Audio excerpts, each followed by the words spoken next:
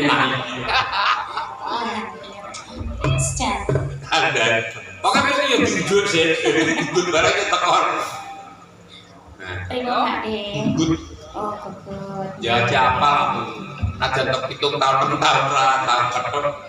Yo. Sama? Syukur bisa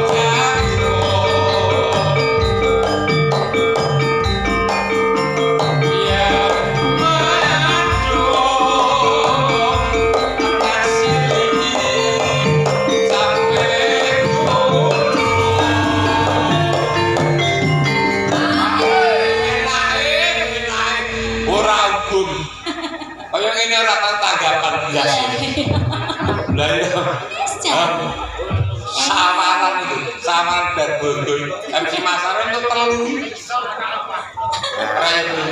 padahal eloke kaya ngene kur bayaran yo ora ngarani sapa wae ya bener Pak De boyo daerah kene sing ana wong mantu nanggap MC Masaran eloke kaya ngene sapa wae lah ya direwangi koyo ngono kok ya ora payu